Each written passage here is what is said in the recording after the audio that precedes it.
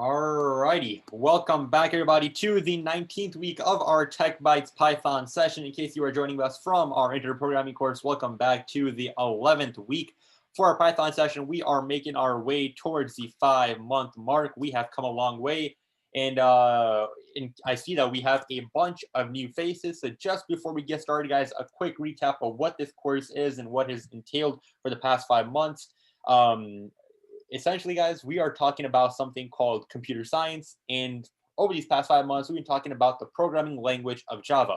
And over the past couple of weeks, you probably noticed somebody else who has joined me, that being Labdi. And over these last month of December, we're going to be recapping everything we've done. So if you've watched our YouTube videos on the Schomburg Libraries YouTube channel, or if you've even taken a look at our Google Classroom, like we were doing a couple minutes ago, you've noticed that we made a bunch of projects, made a bunch of different exercises. But over this last month of December, we're just going to be recapping, going over some old terms, doing some coding exercises, and just doing a huge review so that we make sure we have all the things nailed down. So thank you guys, as always, for joining us, and we'll get started without any further ado. As always, guys, if you don't already know who I am, my name is Ryan Siddiqui. I'm a senior at James B. Conant High School, who's been leading these Tech Bytes programs for some time, now being joined with my new partner, Labdi. Love making programs, and whether it be making iOS apps for the App Store, making some websites as well. If you want to learn more about me, you can check me on my website at ryansiddiqui.com. And I also have a realistic fiction book about the world of tech and a high school student's journey into the world of tech coming out later this month. And you're probably noticing the other person who we have today. If you've not, or this is the first time actually, Labdi's coming on with our intro to programming course. So everybody give a warm welcome for Labdi. Hey guys, my name's Labdi, as Ryan introduced me. I also go to the same school as Ryan. I'm a senior at James B. Conant High School. I am really into algorithmic programming and hackathons. I have been the winner of both of the hackathons from Hack STL and Hack the Lib. And some hobbies are oil painting, singing, and sports cars. It's nice to meet you guys. Yep, so you guys probably heard Labdi talking about something called a hackathon, right? Well, aside from the fact that Labdi's won our past 2 hackathons completely in first place, guys, we're actually going to be holding a hackathon coming up in the month of January. So Avinash, you're asking what's a hackathon? Basically, a hackathon is where you can come with your friends. Usually it's meant for in-person setting. You go in with your friends, you get to learn about some cool things with tech. There's these things called workshops where you can attend with your friends and learn how to make some cool stuff in different languages, like Python. And all the while, your goal is to build a project and submit that project at the end and see where you place. Now, obviously, with COVID-19, we don't have that luxury of doing everything in person like we did 2 years back. In-person hackathon, but now we are shifting to online. So we did one the past July, but we also have one coming up on January 4th to kick off the new year. Yeah, so Labdi will not be able to compete. So you guys are in the clear for if anybody wants that first place prize now. But basically on the online setting now, this is going to be a 4-day event from January 4th to January 7th. And as we get some more stuff polished out, we'll get that out to you guys. But you guys can come learn a bunch of cool things in these things called workshops from people who are working in the industry at companies like Google, Microsoft, and local companies in our Schomburg area as well. And all the while, you have the opportunity to win some pretty cool prizes, make some cool projects, and watch some pretty intelligent people speak as well. So Avinash, what grade are you in, if you don't mind me asking? All right, so that's totally fine. Yeah, so you can sign up. It's not something professional or super crazy, which is going to be requiring a lot of time from you. We're going to have an opening ceremony on January 4th. You can attend that if you'd like. And the next 4 days, you have essentially unlimited time to make whatever you want. In the meanwhile, you can stop by at some of the workshops we're going to be leading and check out some pretty cool stuff. So I'd highly recommend you check that out. And we'll make a post in the Google Classroom as we get the website and sign up stuff set up as well. Just to add in really quick, hackathons they're more of a fun competition environment. It's not very competitive where you have to work your butt off and really make up a cool project. It's more of a learning experience. I know the first hackathon I went into, I had more fun. I played a lot of games and looked into a lot of different coding languages. So it's a place to have fun, and even in the competitive side, there's so many factors that are being looked into your project when you're being judged, like creativity, originality, how like the impact of it, and also how much time you've put in. So hope to see you guys there. Exactly, you guys. The only requirement we have is you're between you're a teen essentially, so between 12 and 19 years old. And if you're in sixth grade, I think you are fine. Avinish, no. So yeah, so you guys are not the only people. We have hopefully we're gonna have a bunch more people. We're getting the signups rolled out later this week. So stay on the lookout on the Google Classroom for the sign up link. You can sign up there. You'll get an email in response with all the other information. And yeah, look forward to it starting on January 4th of the upcoming year.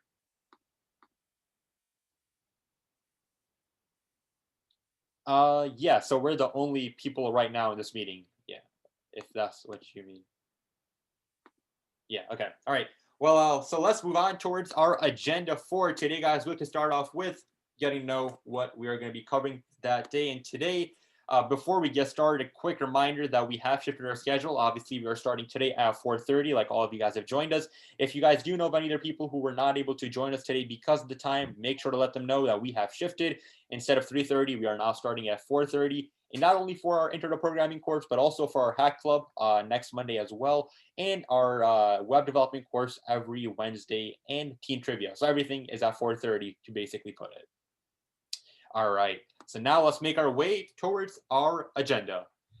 Today, guys, we're going to start off by discussing what we're going to be doing over the next 2 weeks, then making our way towards a Bellringer, which we'll be talking about in a quick little bit, what that is going to entail. And like we started off at the beginning, we're going to be reviewing the content we have been covering for the past almost 6 months now, making sure we have all the important details nailed down. So I'll let Labdi explain what we're going to be covering in these next 2 weeks. All right. So again, as Rayan said, we're going to be reviewing content. So what you guys been doing for the past 6 months, we're going to go over the logic and the code through cool and interactive games like Kahoot, game kits, and quizzes. And the second part is doing bell ringers. So bell ringers, we're basically going to have problems at the beginning of the class, and it's just one single problem, easy problem that we are going to solve together and have a solution through code. So it's not like a math problem where you do a lot of calculations and get an answer. We will have code based on the problem statement that we get. And on to what today's bell ringer is. So today's problem statement is to print out all the possible combinations, not permutations, of the two arrays A and B. So just to recap, really quick before we do delve into this problem, the reason we do problems as bell ringers is this is the actual application of actually learning Python and its syntax, even in interviews, in competitive programming, and basically everywhere you go, this is mostly how you'll be tested on your skills in Python or whatever language you're going to learn. You're going to give a problem statement and you're supposed to solve that through code on the spot. So that's basically what we're trying to, give practice using these bell ringers. So on to what this question actually asks. So print out all the possible combinations. What does combinations mean? Well, combination is one letter from array A and one letter from array B. Now that a combination can be in any order. So for example, 16 and 61 will be the same combination because order does not matter in combination. That's why it's not a permutation, because I know I'm getting into a lot of mathy terms, but permutations is where order matters and combinations is when order does not matter. Just keep that in mind. It'll help you guys, trust me. Okay, so on to Replit. Yep. And as a quick reminder, guys, something which I used in earlier thinking about these two terms is that some of you guys are probably going to middle school, right? And although you're not in school, you probably know what a gym lock is, right? Like you have a gym lock, it's probably a master lock, and you got a little lock latch on top of it, right? Well, in order to enter our code into our gym lock to latch it open, we got to enter numbers in a certain sequence, right? So like say my code is 15, 20, 25. I can't just enter the three numbers willy-nilly in any order I want. I have to go 15 first, then twist it around, go to 20, then twist it around one more time, and then put 25. Now that specific way of entering information is called a permutation. But today we're going over a way which does not require us at all to care about that order, and that being something which Lobby was talking about called a combination. All right. Okay, you guys can see my screen. Yep. Oh,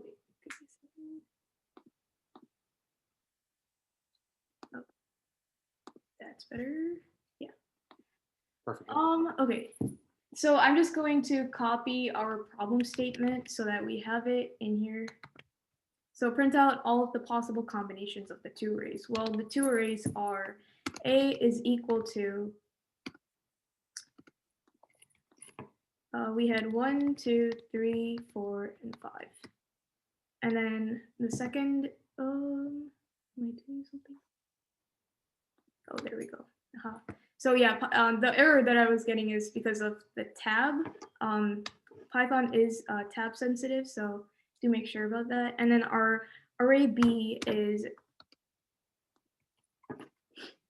6, pretty simple, 7, 8, and 9. All right, so we're going to start with, basically we want to print out all of the possible combinations. And we are first going to store those possible combinations in a final array. So let's initialize that array first. I'm just going to call that final fin_r is equal to an empty array. Now, okay, I have a very quick question now. What do you guys think we should use to actually get combinations of two arrays? How about this? I'll give you options. Conditionals, loops.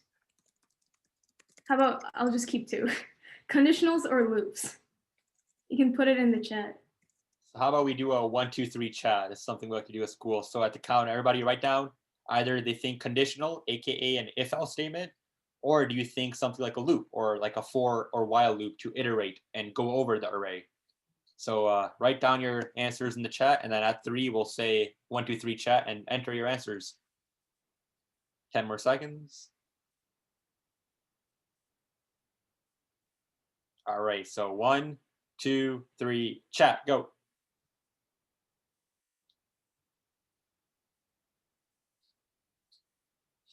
Okay, we got 1. You guys can personally message us, guys. There's no, as we're going through this, guys, our goal is to make mistakes. Remember, we're not trying to be perfect. You have to make mistakes to get better. So if you're shy or thinking that, oh, what if I say the wrong thing? That is the wrong mentality. You got to learn that we're going to make mistakes. When Labdi, when we were starting out, we were nowhere near the level we're at today. You have to make mistakes, and you got to climb that road up in order to make it to a point where you can do stuff like we're doing today, right? So let's try that again. Hopefully everybody has an idea. Pick one, conditionals or loops, whatever you think, and you can drop it in the chat to us, and you can even privately message it to us as well.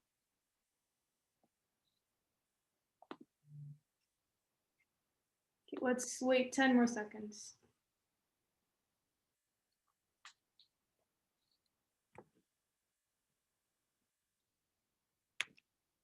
All right, we'll go again. Ready? 1, 2, 3, and chat.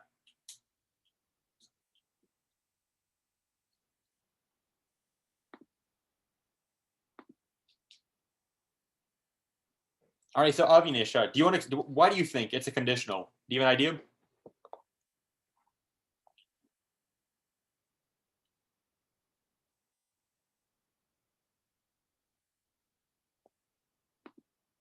Well, I think Avinash, I can give you the ability to talk. If you want to talk on that way, it'd be possible.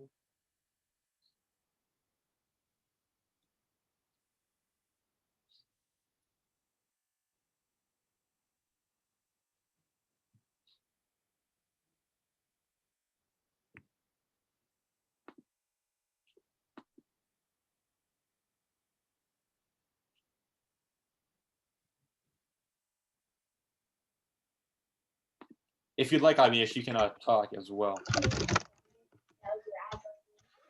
So I think It's conditional because if it were loops, it would have to make like a loop for all numbers maybe, but if it were conditionals, you can make more combinations with like conditions from 1, 2, 3, 4, 5, and 6, 7, 8, 9.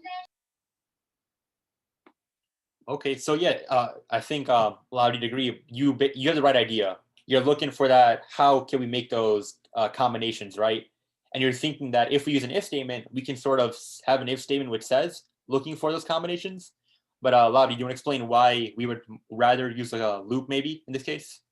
Yeah, so I really appreciate like your logic behind like as Rayan said for the combinations, but using loops, as we know, loops basically repeat however many times we want them to repeat. And in our case, we want basically we want to make numbers like 16, 17, 18, 19, 26, 27. So a common pattern that we see is that the array B is repeating, or we have to repeat through array B as well as array A.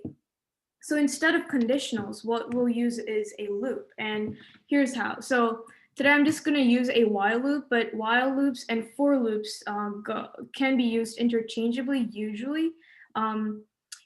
But here goes while loops. So let's say while, and we will need a variable. So before making that while loop, I will say I is equal to 0.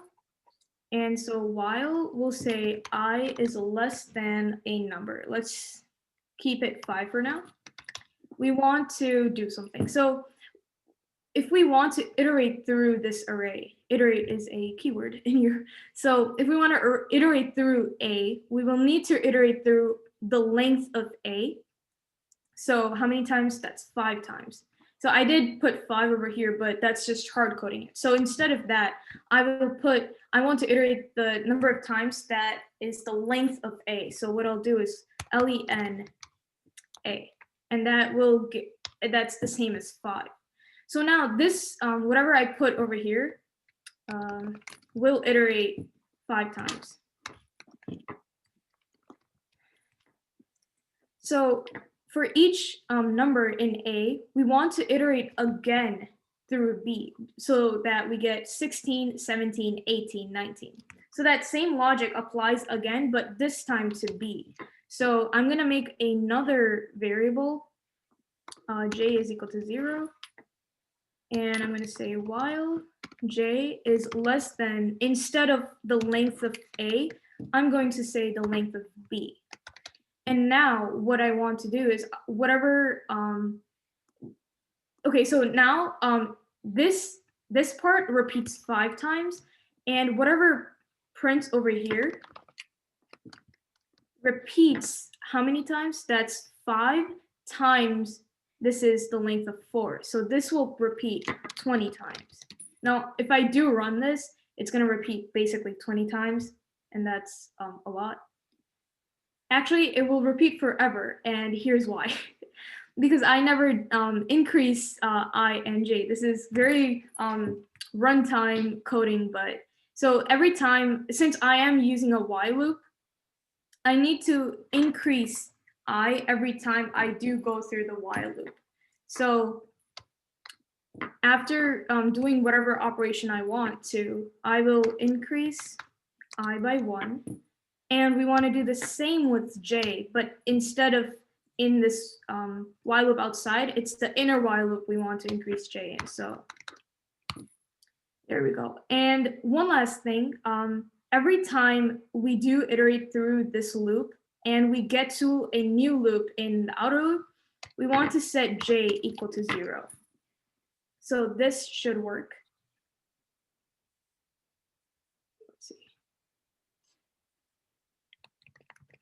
Let's just,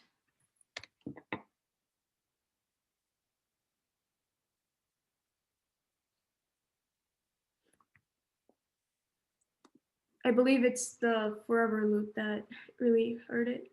Yeah, there we go. So this is repeating every 4 times that this 5 times print is repeating. That's what we want. So basically we want to make a combination of each letter in A with each letter in B, or yeah. So instead of print 20 times, I am going to add to the final array that we have a number. So that the syntax for that is fin_r.append. That's the method to add anything to this array that we have. And what I will append to that is a string that consists of the letter in A with index I. So str A with index I, and the letter in B with index J.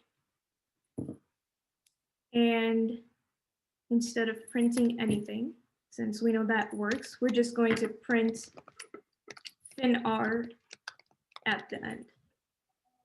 So if we do run that, voila, we get an array that holds all of the possible combinations of array A and B.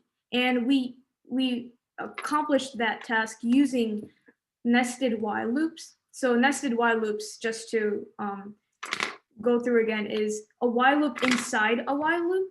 And we did that by reiterating through a while loop, going through the array B every one iteration of the index in array A.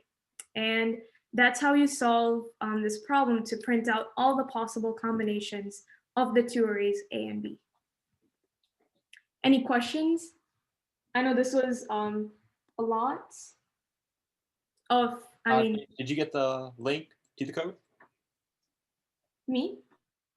Okay. No, I'm asking Avinish, did you get the code, the link? Okay, great. All right, perfect. Yes. Yep. Anybody else if you have a question? How did I know what to type? Well, so for coding, are you talking about this for this Python problem? Yes. Okay. So for coding, the way most programmers do it, based on my experience, is you have an inkling, a kind of plan in your head. So as soon as I knew this question, I was like, oh yeah, first I need a final array to add everything in. So I just made a final array. Then I had to think a little bit and then came up with the logic that I'll need 2 loops. And then basically just going through that and just adding things I remember. So for example, I did run into arrays or errors because we didn't add one to I and J, but you just try to solve them as you go. And one major thing about programming isn't just typing code. It's a lot of going through critical thinking and coming up with pseudocode. So just like code without any like regular syntax, just logic inside your head before actually putting that onto your IDE or your development platform. Is this program only for today or continuing on the future because I didn't register yet? Yes, this is not only for today. This will continue in the future. It's every other Monday, right? Yeah, but so today, this has been going for the past 5 months, right? So this December is the last month. So today's the second to last session. But we'll be starting some new programs and maybe even continuing some on January. So look out for Tech Bytes in the Schaumburg Library's YouTube catalog, on the website catalog, and you can sign up from there. All right, great. All right, I'm gonna stop sharing. And if you ever feel overwhelmed, don't worry about it. You can again go through the videos, previous videos from the Tech Bytes program, and just the more errors basically you get, the better coder you become. So more practice, more experience equals better coding. Exactly. Yep. All right, guys. So after doing our Bellringer, remember we're going to start off by doing some more review now. And to do that review today, we're going to be going over a quizzes game. So let's load up and meet everybody right there. The website is, I will get you guys the code. Give me one quick moment.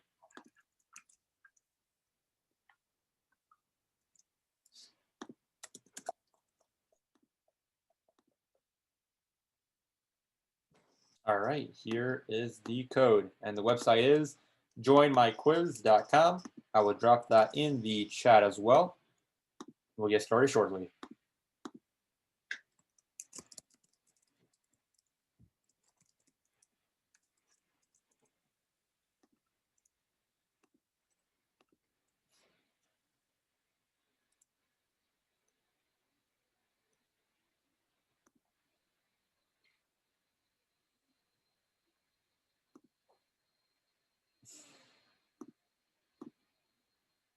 Give everybody 2 minutes more, and then we'll get started, guys.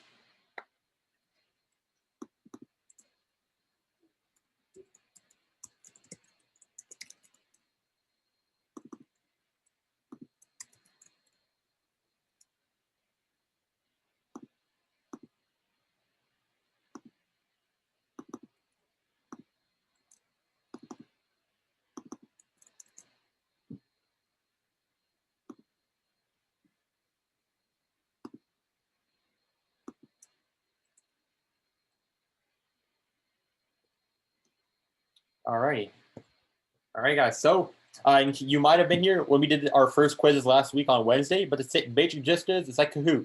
There are going to be some questions asked. Try your best. Let's try to get above a 55-60% accuracy. And then at the end, we'll go over the questions and make sure we have everything sorted out. So here we go. And let me get the music up as well. 1 sec.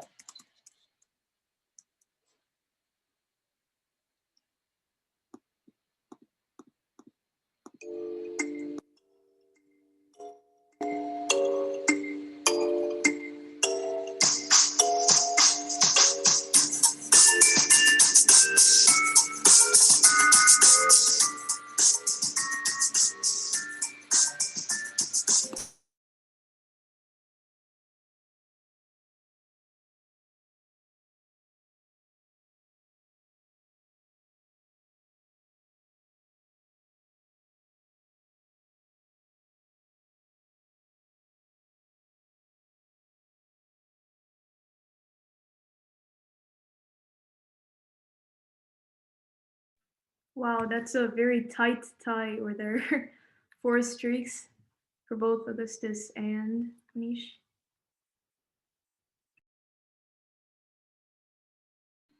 Close battle.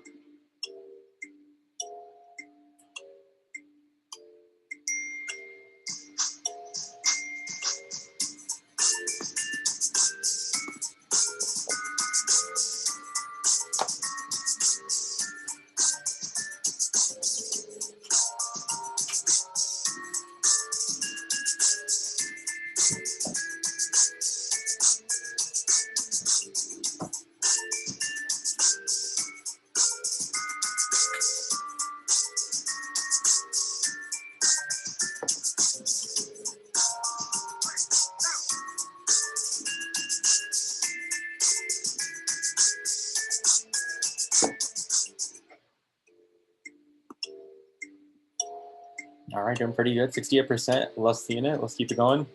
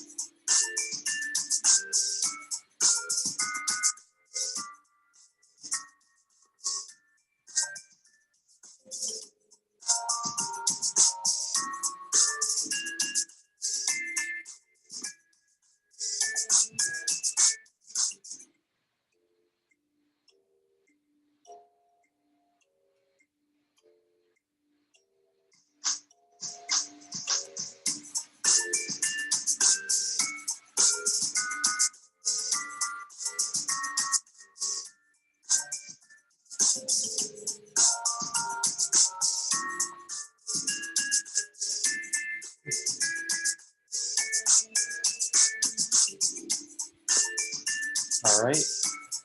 Green answer is pretty. That's pretty good. 4. Oh, looks like you guys finished. All right, perfect. Augusta's coming in at first place. Congratulations. By no means, but we only had two people today. Still fine to see. Then I did not catch our accuracy. I think we were just around 50%. So our goal is to keep on getting that up and reach that 70% mark. And by the next time we come back. So let's take a look at the questions and which ones you missed most. So the first question is asking, what is a command to have a message appear on the screen? Remember, this is something Lobby was doing when we were doing our Bellringer. If you want to print something to our output box, we use the command print. So that's something very key to remember when we're testing our code as well. So pick the Python command used to get input from the user. That is always something called an input. An int is a different data type, a float is a different data type, and get is something we do not use. Moving on to question number 3. Which of the following is a Python command command used to indicate we want to work with whole numbers? Well, if you want to work with whole numbers, you probably think of whole numbers and you're like, well, a whole number is like 4, 5, 6, 7, 8, 9, 10. We're thinking integers, right? Well, although they're a bit different mathematically, they're not floats because floats are numbers which keep on going and going and going. Input is something the user takes in, and the print is something we use to print something to the output box. Number 4, which of the following is a command using decimal places and working with decimal numbers? Now that is when we use a float because that's a floating decimal number. You can think of it something like that. Number 5, which of the following is a command used to set up a conditional statement? Remember, this is our discussion at the beginning of class. We were talking about, do you want to use conditionals or for loops? Well, conditionals are if-else statements, so that's something we got to remember. And guys, as I'm going through this, if you guys have any questions, feel free to drop them in the chat and we can talk about a question more in depth. So which of the operators do we use if we want at least one condition to be true? So guys, whenever I see that word at least one condition to be true, I'm thinking or, because that means we're just looking for one thing to be true. And then if that's true, our if statement will run.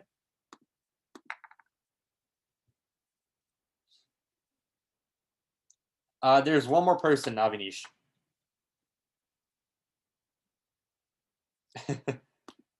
All good, all good. All right, so number 7, what will the output be from the following code? Well, we're trying to print hello world, but we're missing a very important thing. There's no quotation marks around this, which is why we get an error. Our goal will be to print out hello world, but remember, to print that out, you need some quotation marks.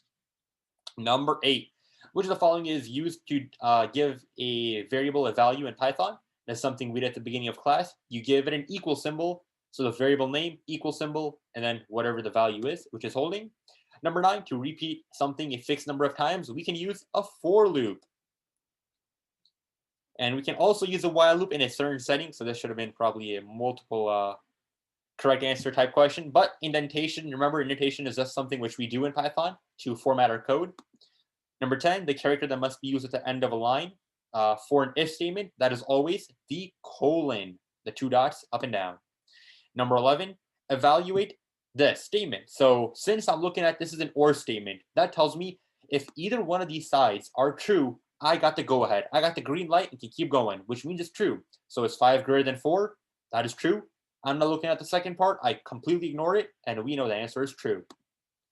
Now, number 12 has an and sign, meaning I cannot ignore the second part. So I got to make sure both of these are the same. So does 5 not equal 4? That is true. And is 3 less than 5? That is true as well. So if you have true and true, that means the whole statement evaluates to true. Number 13, if you want more than one option for your code, what can you use after the first if statement? You use something called an elif. Remember, it is a bit different than in JavaScript. After the 5 in number 12. Oh, remember, oh yeah, so Avanish, this is a shorthand method of saying, what this is saying essentially is if the number 5 does not equal the number 4. So this exclamation mark in English, that means does not equal. So if we had another equal sign, that would mean if 5 equals 4. But if you have an exclamation mark, that means if 5 does not equal 4. So it's like the opposite. You could think of it like that.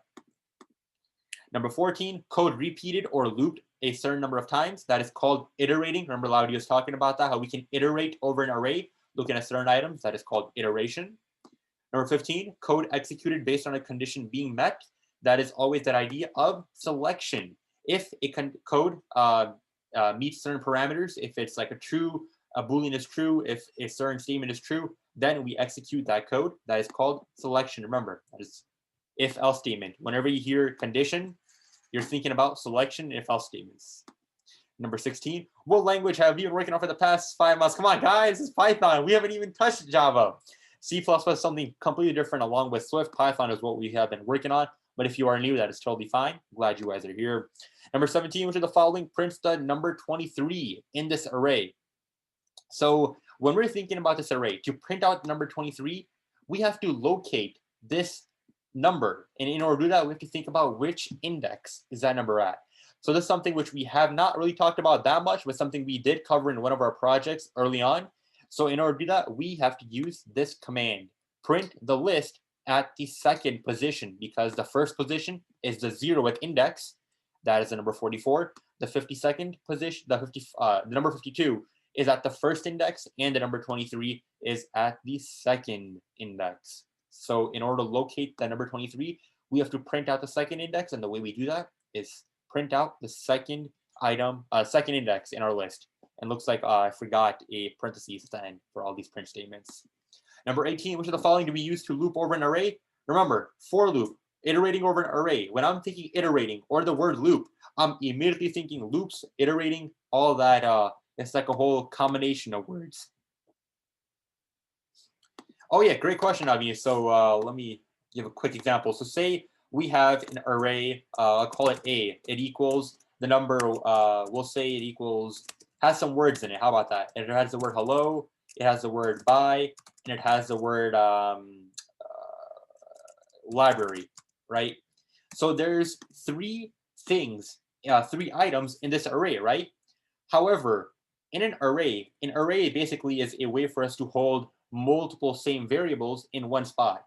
So this word hello is at the 0th position. The word bye is at the first position. And the word library is at the second position.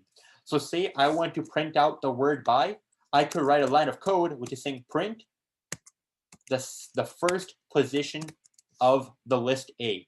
What this is going to do is that the code is going to recognize what is at that first position and print out the word bye. Does that make sense? Perfect. All right.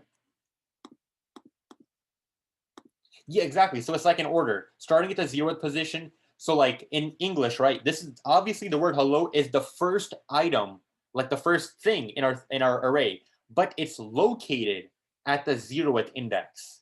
And then we keep on working our way up like that. All right, we got 2 more questions. I mean, so if there's numbers instead of string words, the same thing applies. The first item is at the 0th index, and we keep on working our way up. So the same logic applies. Yep.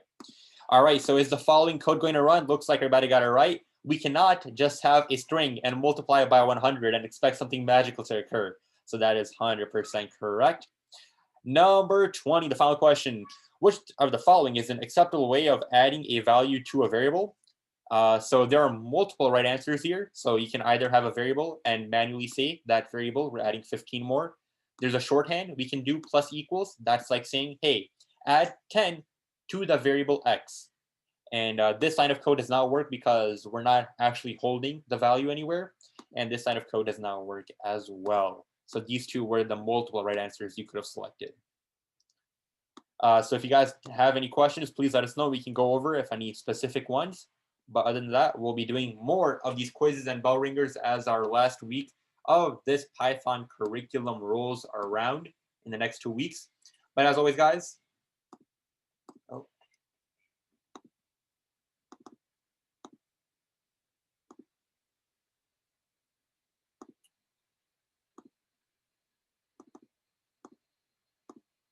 there we go. All right. But as always, guys, have a great week up ahead. Remember, this Wednesday we will be coming on doing our JavaScript web development course as always. So hopefully we like to see you guys there. And this Friday we will also be having teen trivia, I believe, or the next Friday. You guys can check our calendar online. But our recap for today's code will be posted on the Google Classroom along with the example lobby finished. And yeah, hope to catch you guys on the next one. Bye, guys. Bye, guys. See you, Avanish.